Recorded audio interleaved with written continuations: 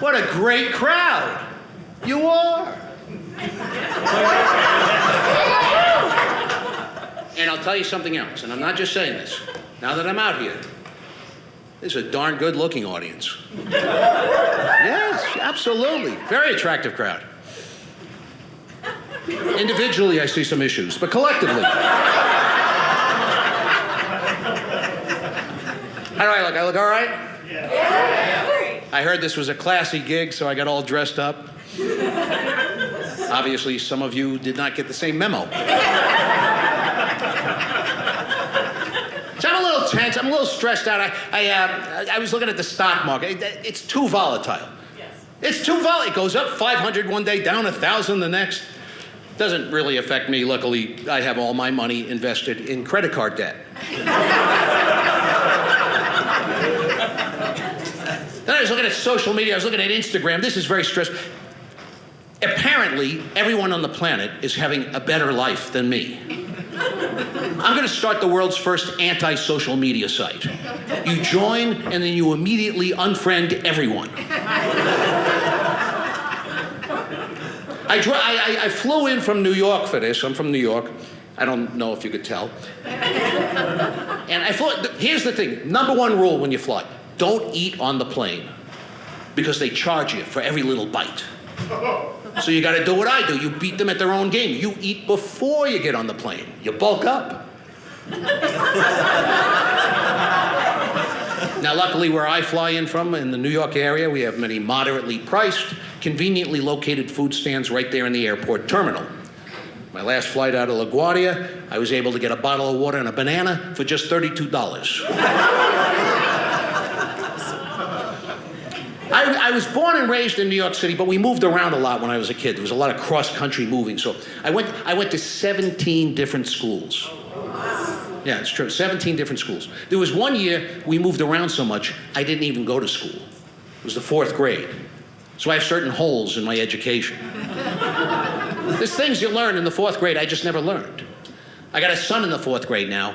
He came home the other day, told me they were learning all about Lincoln's assassination. I thought to myself, assassinated. So that's what happened to that guy. I got 4 kids. That's a lot of kids. I know to some of you, 4 kids is considered a good start.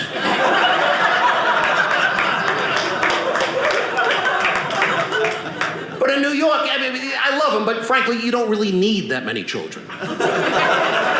It's ostentatious. The only time anyone's ever seen a family in New York City with 4 kids is maybe once a year when they show on TV The Sound of Music.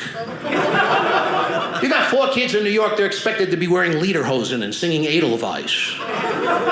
Here's the problem with having that many kids. You're outnumbered. And sooner or later, they figure it out. I remember one time I went up to one of my kids, I said, get in there and clean up your room. You know what he says? He says, there's 4 of us, there's 2 of you. Why don't you get in there and clean up my room? As long as we're talking, let's talk about my allowance, shall we? That's a nice Ford minivan you and Mommy are driving. Be a shame if something were to happen to it, you know what I'm saying?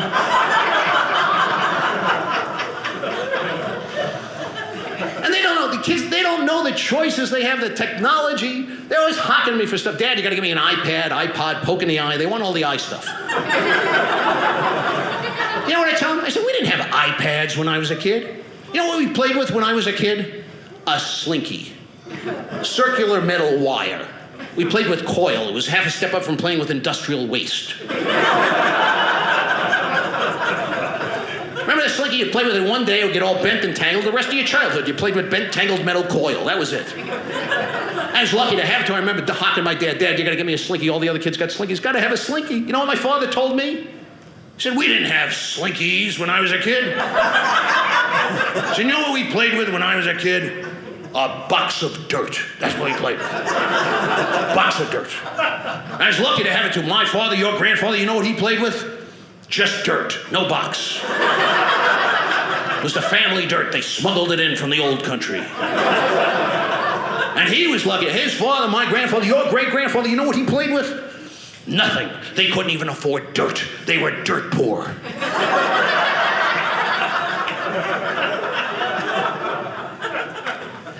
they're doing on the iPads, it's just another way to watch TV. That's all it is. They're walking around, they got Netflix, they got Hulu, they got 5,011 channels. You know what I tell my kids? I said, we didn't have all these channels when I was a kid. You know how many channels we had when I was a kid? We had 2. We had NBC and ABC. We were so poor, we couldn't even afford CBS. And I was lucky to have it too. You know what my father watched when he was a kid? A box of dirt. We sat and looked at a box of dirt for 3 hours, then we went to bed. And kids don't read. My kids don't read books. They don't have to. They want to find something out. Bing, Google. Bing, Wikipedia.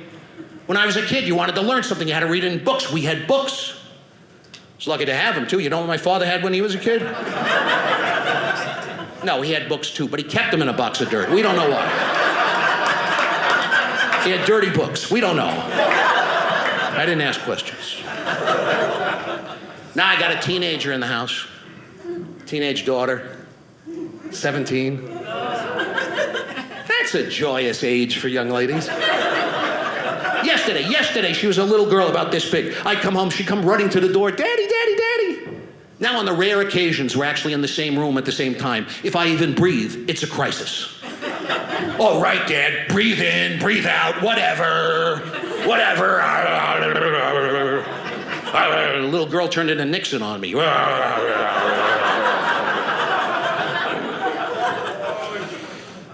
Here's my advice to any young couple starting out. You want to have a family? Adopt. Adopt. Like an older child. See, that way you can bypass the whole baby, toddler, teenage thing. Adopt like a middle-aged guy. Like some guy in his 40s. Like an accountant who could help you with your taxes. This is our new son, Mr. Goldstein. He's a big fella. Boy, weighs over 200 pounds. Yes, he does. We're very proud. I'm Jewish. My wife is Irish Catholic. I married a beautiful Irish girl. So we had to raise the kids Catholic. That's just the rule. I don't know. I just show up. It's fine. It's fine. Except I think my kids might be a little anti-Semitic. Just a little. Just a little. You hear comments. I don't want to make a big deal.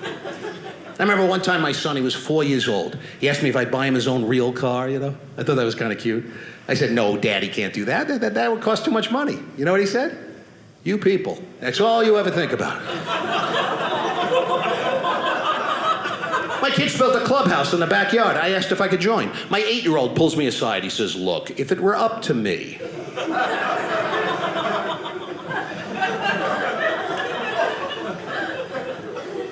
I'm trying to stay in shape. I got a little bit of a middle-aged paunch. Got mine early. Got it when I was 12. I can't lose the weight. I've tried everything except for diet and exercise. But essentially, all kinds of things. I had to go in for hernia surgery. That's a joy. Oh, that's it. And then I got an infection because apparently my insurance doesn't actually cover sanitizing the surgical equipment. Just covers rinsing off, you know. I hate going to the doctors. I hate dealing with their offices. I had to go to a dermatologist, right? I called the office for the appointment. The lady on the phone says, okay, she says, your appointment is Friday for 9:45, but the doctor wants you there 15 minutes early. I said, if my appointment's for 9:45 and the doctor wants me there 15 minutes early, why don't you just make the appointment for 9:30? I said, tell you what, you tell the doctor I rescheduled the appointment for 9:15, but I'm going to be 15 minutes late. I hate dealing with I have trouble dealing with people on the phone and in person. These are the two areas I'm working in. I have nothing against the congenitally stupid. I just don't understand why they all end up in customer service.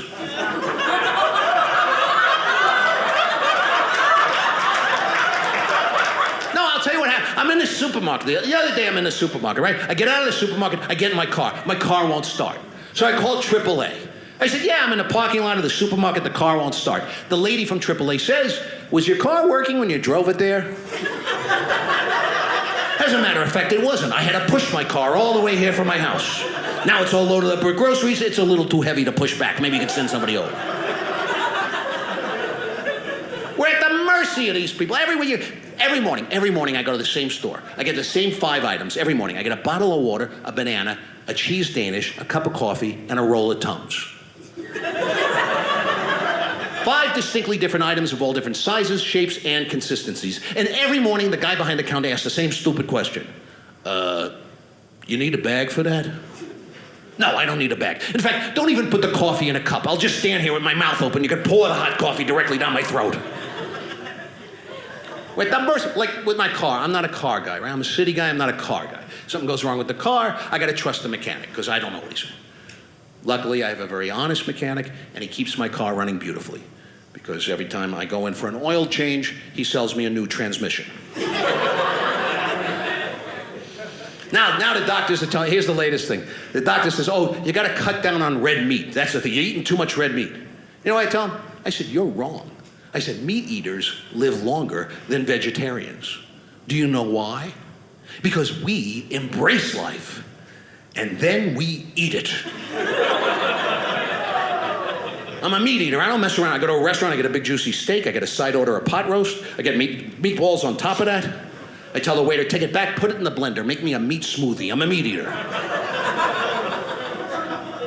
Some vegetarians are very pushy. I saw a bumper sticker on a car.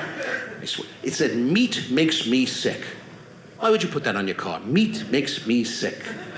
I'm gonna get a bumper sticker on my car that says, wheat gives me a rash. What do you think of that?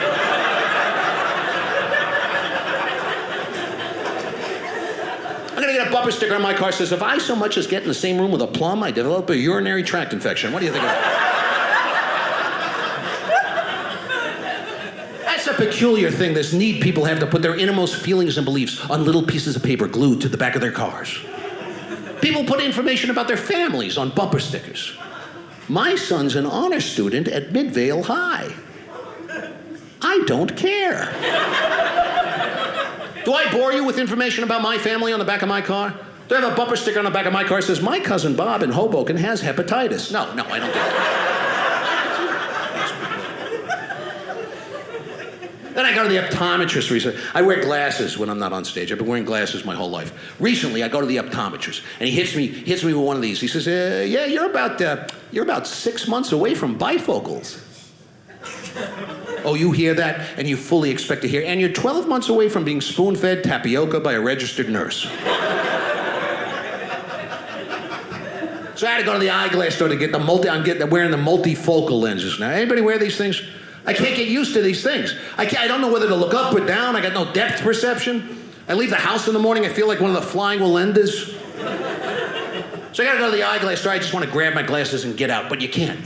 Because first you gotta deal with the lady behind the counter, whose sole job is to take your new glasses and put them on your head. Because this is apparently a very complicated task. You might screw it all up and poke your own eye out. So she takes my new multifocal lens, she puts them on my head, and she looks. Then she takes them off, she makes a little adjustment. She puts them back, she looks. Then she says, these are gonna look crooked. But it's not the glasses, it's you. You have one eye higher than the other.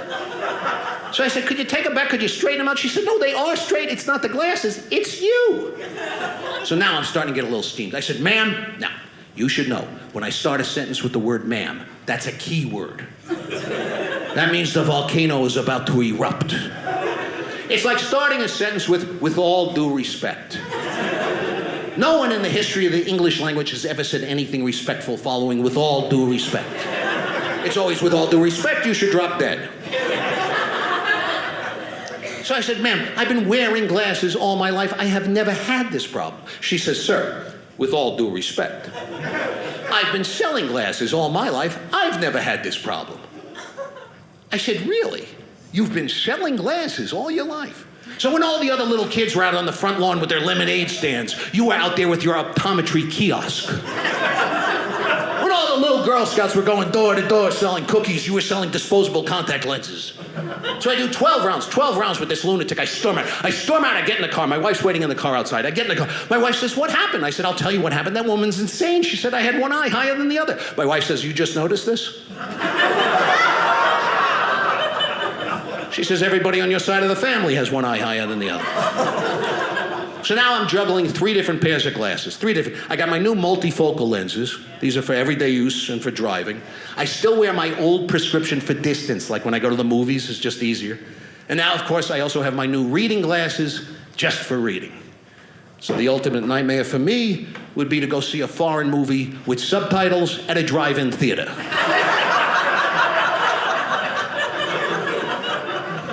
I got 3 different pairs of glasses I can't find in the morning. I walk around the house all day looking for my glasses. I gotta call my wife. I say, honey, come home, help me find my glasses. She comes home, she can't help me find the glasses because she can't find her glasses. I say, put your contact lenses in so you can see, so you can find your glasses. This is what we do all day. We look for glasses. Young couples just starting out. It's exciting. 24 years later, you look for glasses. This is what we do. This is what we do all day. Next week, my wife and I celebrate our 24th wedding anniversary. Celebrate is probably too strong a word. Well, that would imply a festive occasion, you know. We've been married for 24 years. We have 4 kids. We'll probably do something exciting like stay up till 10 o'clock. Text message in our votes for American Idol, you know. People often ask me, they say, Dave Konig. People often address me by my full name. They say, Dave Konig. To what do you attribute the success of your marriage 24 years? A couple of things I'm going to tell you. First of all, what do you look for in a spouse? Do you look for love? Do you marry for money? No. Here's what you look for. Find someone who will put up with you. That's it, right? Find someone who will put up with you. You folks have been putting up with me for 18 minutes. Can you imagine putting up with me for 24 years? Here's the second thing. Magic word. What's the magic word? Is it love? Is it understanding? No. Magic word. Compromise. You must learn to compromise because no 2 people can agree on everything. I'll give you an example. In New York in the winter when it's cold, in the bedroom, I like to keep the bedroom nice and warm at night. I like to keep it at 72. Helps me sleep. My wife likes a cooler bedroom. She likes to keep it at 68. So we compromise and we keep it at 68.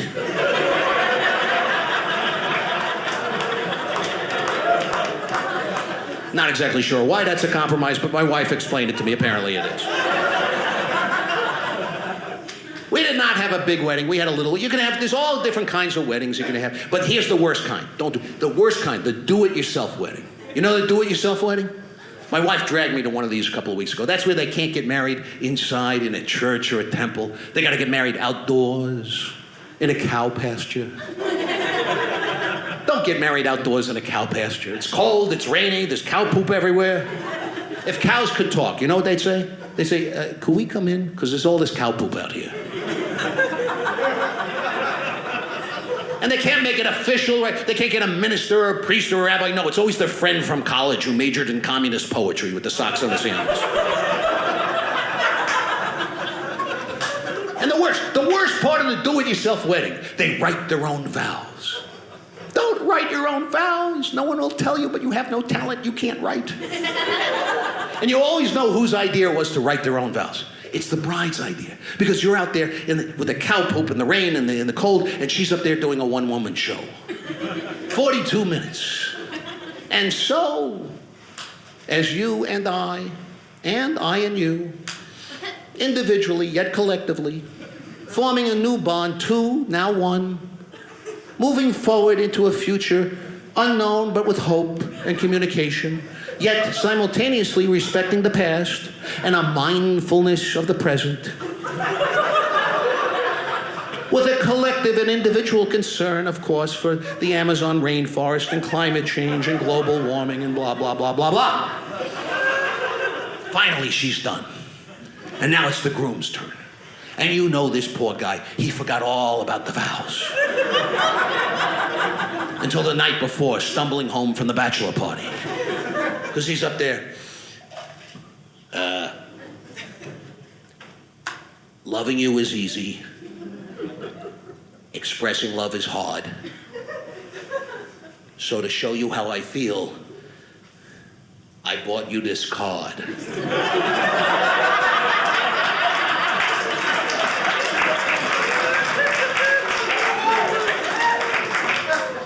This is a guy, you run into him 2 years later, he's like this. You say, what happened? He said, I've been sleeping on the couch for 2 years. It's okay. It's okay.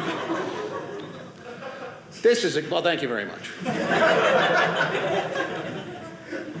This is exciting for me, this show. I'll tell you why. This show that you're watching right now, this show is actually the kickoff for my big North American tour.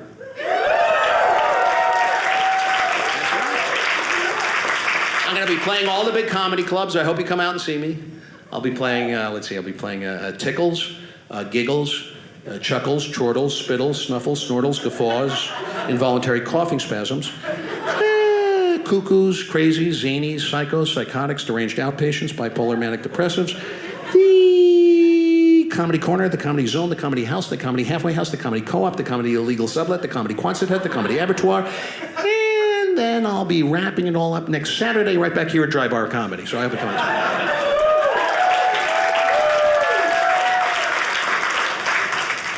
I was told that this show is being taped to be broadcast on an app.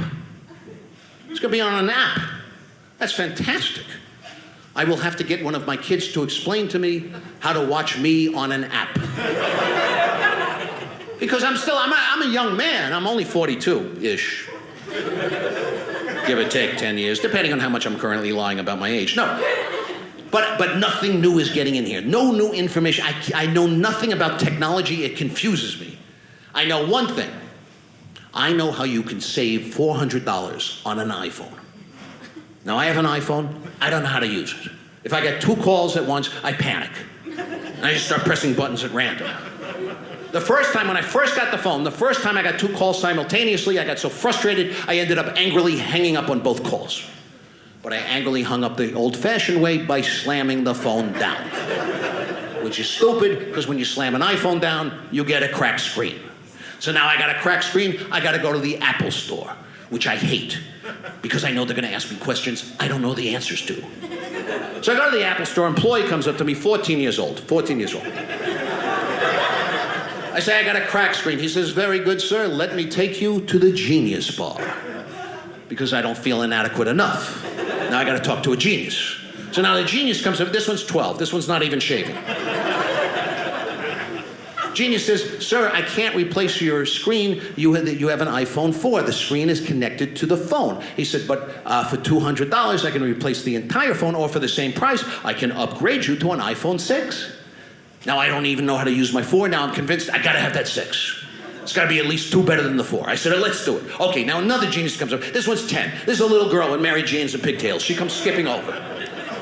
I say, give me the 6. I said, just save my contacts. That's all I ask. Save my contacts. Little girl says, can't save your contacts. You do not have enough storage space on your cloud. I don't know what this means, but it sounds like a poem by Yoko Ono. I said, give me more storage space on the cloud. Little girl says, that'll be $100. Okay, so we're up to 3 geniuses, $300. Now another genius comes over. This one's a fetus. This is an embryo. It's an embryo with a name tag and an umbilical cord. Fetus says, do you have Apple Care insurance? I said, I don't know. I think I have Blue Cross. I don't know. My wife handles this for me. I don't know. I said, why do I need Apple Care insurance? Fetus says, in case you crack the screen. I said, give me the Apple Care insurance. Fetus says, that'll be $100. So after 3 genius, 1 genius fetus, $400. I said, tell you what, let's pretend I never even walked in here. I take the phone back. I walk across the street to the drugstore. For $1.49, I get a roll of Scotch tape. I take the Scotch tape. I wrap it around the cracked screen. That's how you save $400 on an iPhone.